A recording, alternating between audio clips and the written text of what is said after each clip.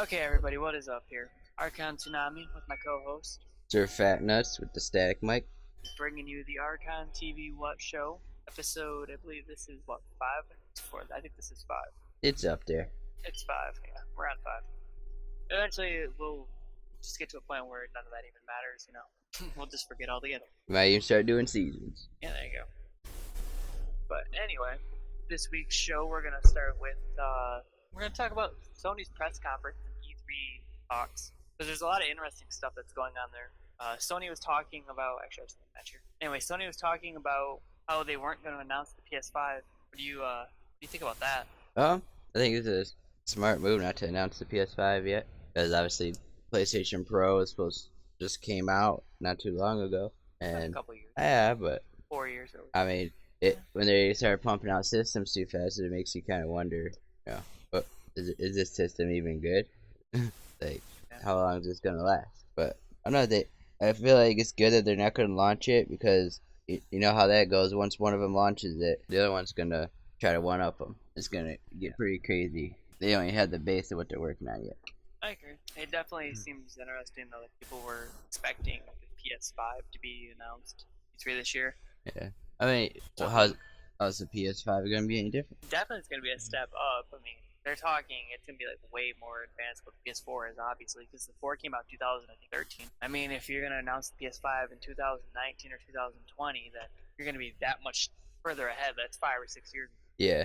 Technology it moves really fast. You'll never be on par with PC, but that's to be expected when you're constantly having to update. I mean, some of the other talks about the Sony conference is that they're gonna have like The Last of Us 2 on display. They're gonna have Spider-Man. They're gonna have Stranding, I think is what it's called.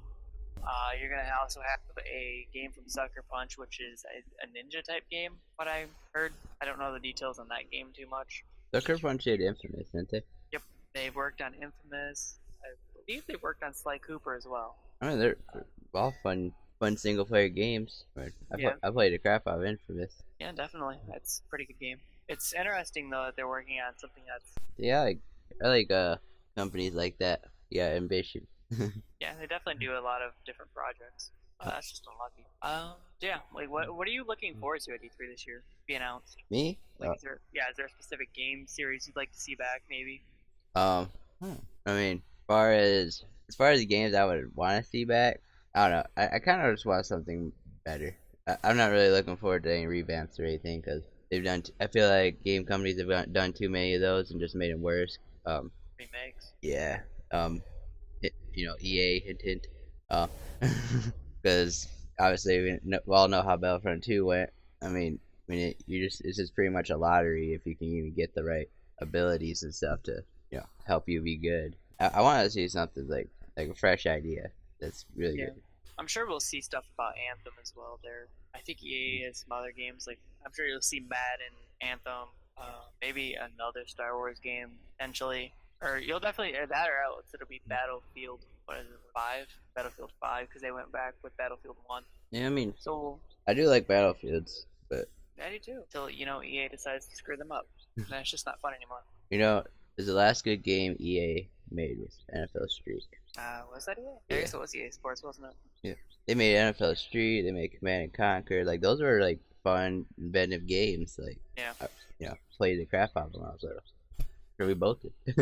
Then they kind of got away from it for other games and whatnot. Or it became more quantity over quality. Yeah. You know what, Luke? You know what else is insanely unsimple? Is letting Kylie cut your PlayStation cords because you don't want to give her back the phone. That is also unsimple. Sibling rivalries. Yeah, still happen. Nothing pissed you off more than a pair of scissors. Okay, Lukeinator, chill out. Well, here, Luke, since you're talkative in chat today, are you looking forward to any games? I could have won this match.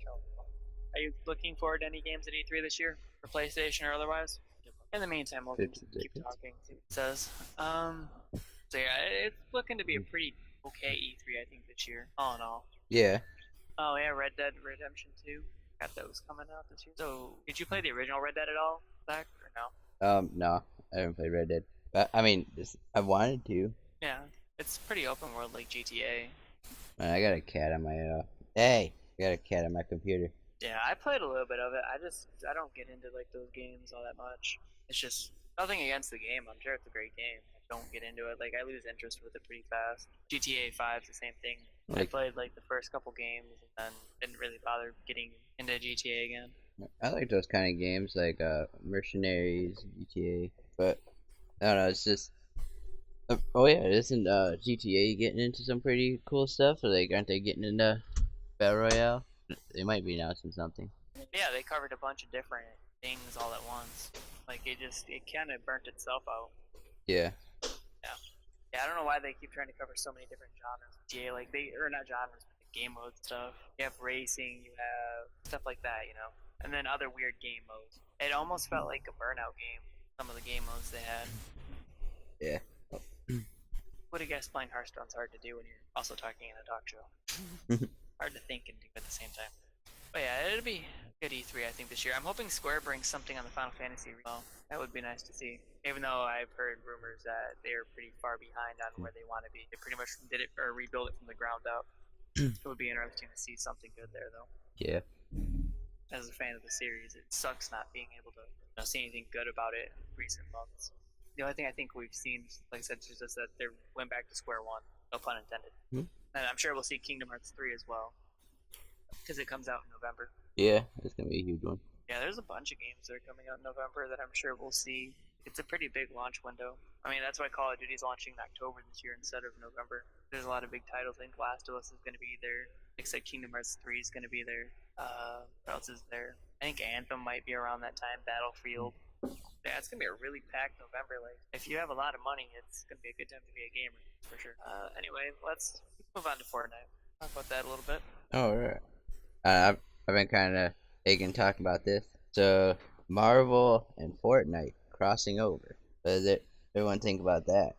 They already have Iron Man skins, and they had the Thanos mode. Makes you wonder what's next for Fortnite. What's gonna be their new game mode? Imagine Battle Royale and DC Universe all put together. I mean, obviously it's Marvel Universe, but the only thing I can think of is the DC Universe Online, or it comes close to something like that. Well, it's kind of funny because people were originally putting fake videos of like DC heroes in, and it's kind of funny that Marvel's the one that made the contract with them. Yeah. Definitely kind of funny. DC can stick to mobile. Like, there's just not a big enough market. Like, it's not. I don't know. There's just not a hype train for DC as much as for Marvel these days. DC's kind of fallen off the planet. I don't know. Don't they got Wonder Woman 2 coming out? They do, but I mean, their Justice League series was a flop. They said. Yeah, I mean, their shows are.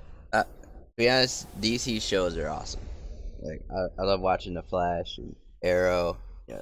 DC Legends. Those things are like the greatest. I could keep watching those shows over and over. But when they go to their next universe and the cinematic deals, I just can't take any of it seriously or get into it too much. Yeah, I understand. Like they're not. I don't know, they're not bad movies, but it's just that Marvel got here first. That's a lot of the problem. Yeah, plus they have a near unlimited budget. Yeah. So DC can stick to apocalypses, and Marvel can have Infinity Wars. Yeah, I just don't know what they're gonna do overall. But yeah, it is interesting that they decided to do the superhero stuff in Fortnite, especially with like the Thanos mode. Yeah. Have you played as Thanos yet, or no? Nah, I haven't gotten the gauntlet yet. I mean, I've killed Thanos, but I usually just camp the gauntlet.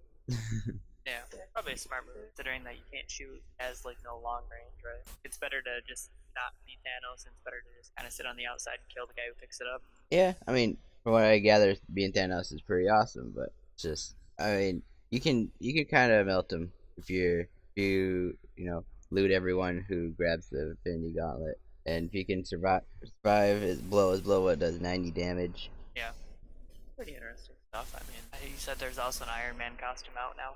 Yeah, I wonder where they're going with this. I mean, you could just if you're walking around, you can find the Iron Man suit. That'd be kind of cool. Pick that up, you drop all your weapons, and you just become Iron Man. Well, it'd have to be in the special game mode rotation. I doubt they'd add it to the main game, like by main game, the normal survival. Well, who knows? There might be a split main game. I mean, obviously, that's what the special game modes are for, like the snipers only or the demolition.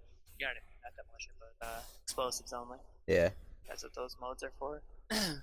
Unless they can talk Unreal Engine and stuff, Epic Games into doing, a Marvel game, like Battle Royale Marvel genre.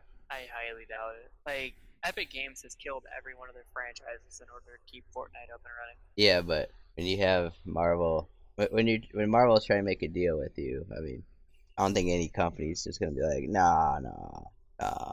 It depends. I mean, they can convince Fox for X-Men. Well, they're buying Fox. That's why.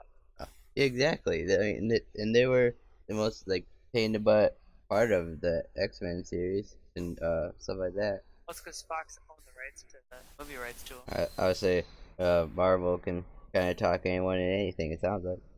Well, they just buy them out. That's the thing. And it's not that they're talking in anything. They're just power moving, which is interesting because from what I've heard, Comcast is trying to get in the market of buying Fox now for the studio. Huh. They're gonna try to undercut Marvel. Good Comcast.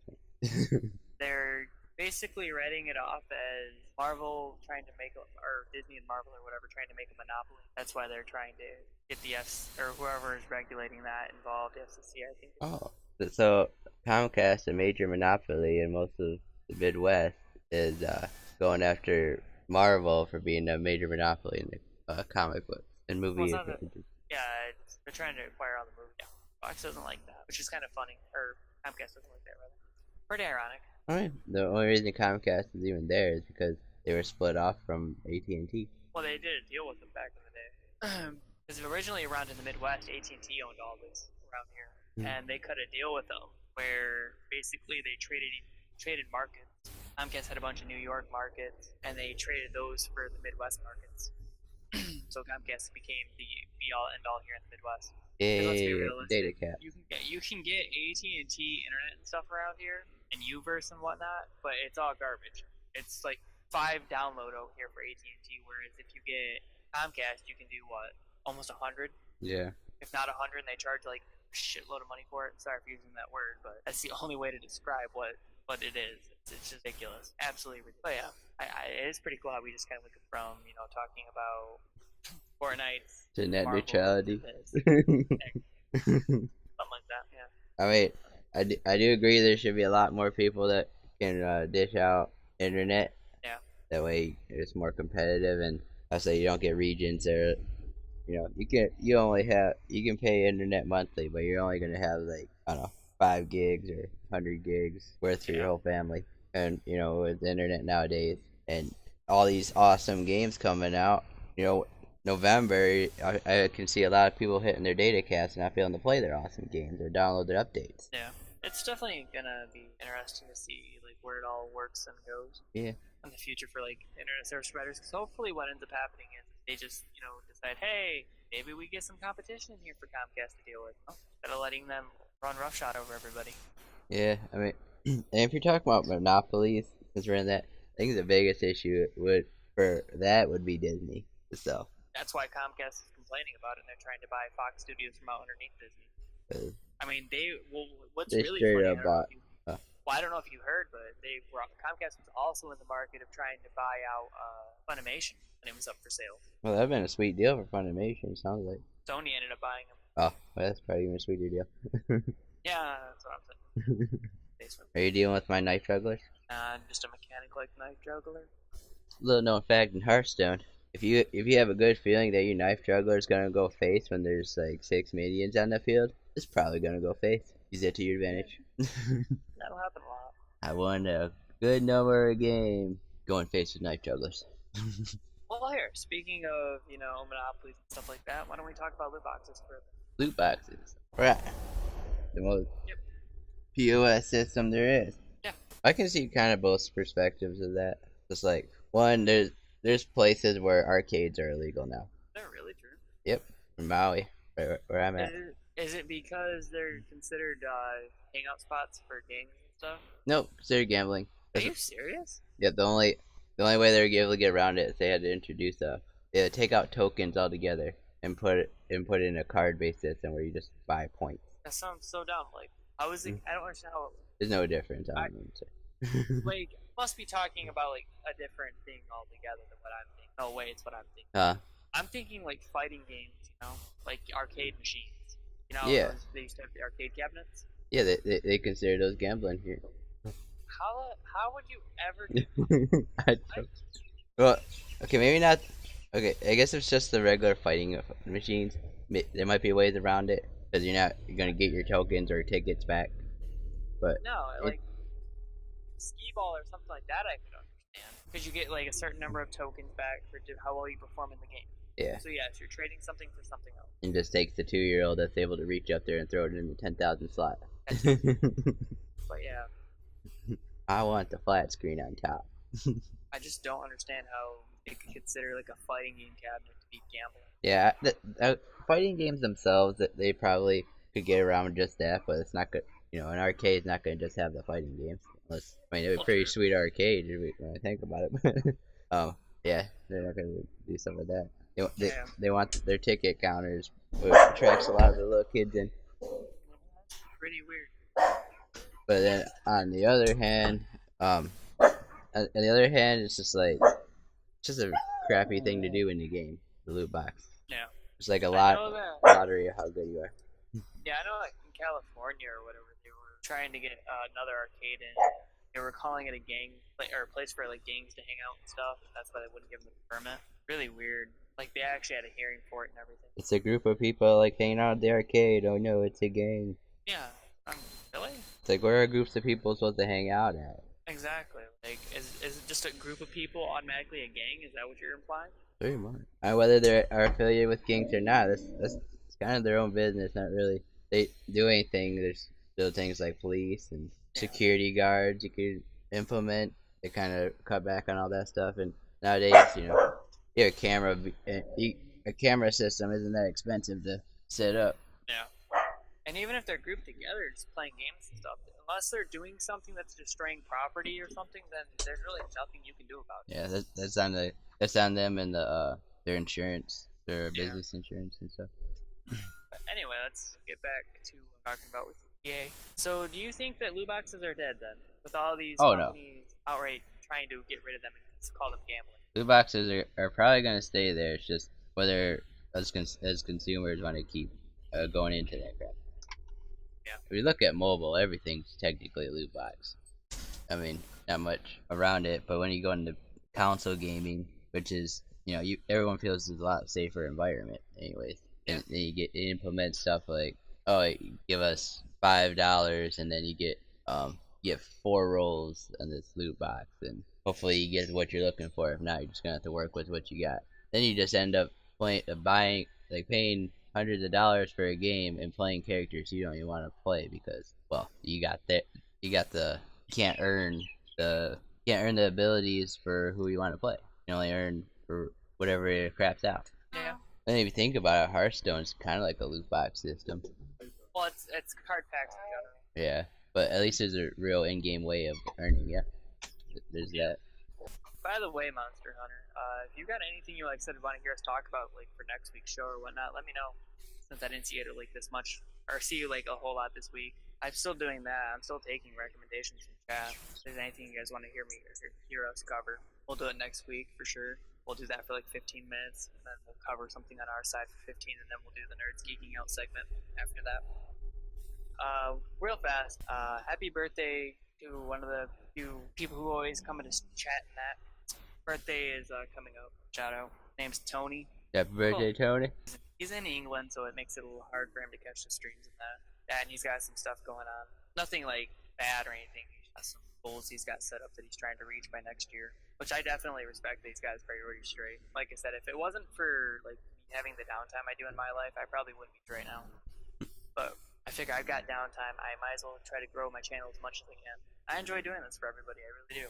It's just something about it. Like, Monster Hunter, when you come in here and tell me that you enjoy the YouTube content, like, it makes me really happy to hear. It makes me happy that somebody out there is actually enjoying it. Yeah. Like, we're creating something that somebody out there really does enjoy. What is up, everybody?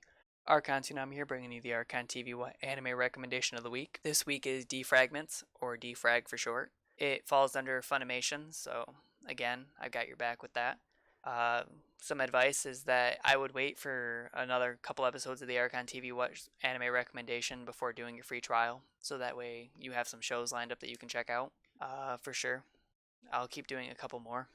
Anyway, let's get into TV ratings for Defrag. I think it falls under MA, and the only reason it falls under MA is because there's a lot of sexual humor in the show. like innuendo, stuff like that. Like I don't think there's any direct nudity, it's more implied stuff, like nipple flicking, stuff like that. I say that there's only like one case where that happens, and there's another case where like the one of the characters who has big breasts like can't get her zipper up on her tracksuit and it ends up popping off and taking somebody's head off. You know, stuff like that. There's no like hardcore nudity or anything like that or any sexual scenes. It's pretty tame for like what you can get for that type of stuff, for that type of humor. It's probably just barely gets an MA rating if it has one. Let's get into kind of what draws me to this show. What draws me to this show is the comedy in it. It has a lot of that straight man humor, like all the other like the guy on the picture you see there. His name is Kenji. He's basically the straight man of the show, and he usually calls out a lot of the stuff that goes on that makes no like that doesn't add up. And to me, it's pretty cool. Like it just my type of humor, I guess. If you enjoy that type of comedy, you'll definitely enjoy this show. And there's other comedy along the way that you'll definitely enjoy as well. Like this show is more laid back than anything I've reviewed thus far. Like it's not an action anime at all. It's more comedy, slice of life type stuff. But yeah, so if you're into comedy and you're okay with like sexual humor and you're not too worried about it, definitely check it out. As long as you're like I said open to stuff like that. It's a really good anime. Let's get into some like characters and plot in that. The story takes place in a high school. Kenji is trying to quote unquote take over the school, you know, that traditional trope. But in reality, it's more he gets dragged along by a girl named Roka Shibaski who's starting a game creation club because something happened with her friend Takao, who was the original creator of the first game creation club. There's actually two game creation clubs. They end up calling Roka's game creation club provisional like midway through. Anyway, she's handing out flyers at the entrance to the high school for opening day, and she drops her flyer. She gets bumped into.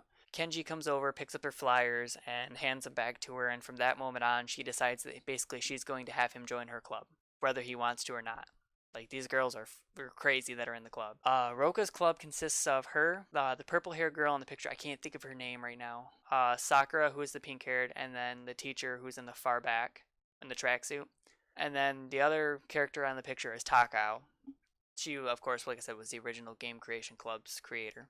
Anyway, it gets to a point where Kenji sees smoke coming from one of the rooms. He goes upstairs to investigate, and they're lighting like sparklers and fireworks and stuff in the room, trying to draw attention to their club so people will join. And it ends up catching fire on the curtain. I think that's sparklers. And yeah, that's what happens. And it catches fire on the curtain. He catches it and goes up and takes out the fire. And then from there, things get really crazy. I won't spoil too much for you. But I will say that each of the girls in the Game Creation Club Provisional has a element, if you will. Like Sakura, the pink-haired girl, has water. The teacher on the far back has electricity. Roka has fire slash shadow. You'll understand if you watch the show what I mean by that. It's just really funny. The purple hair has earth. And it's not a magical anime by any means. They have these quote-unquote powers. Like the electricity is a taser. Water is just a water bottle. Fire was the fireworks in the club room, and Moe, I guess, also falls under that somehow. Purple hair has earth, so she has like clumps of dirt and stuff. Plays with sandcastles, stuff like that.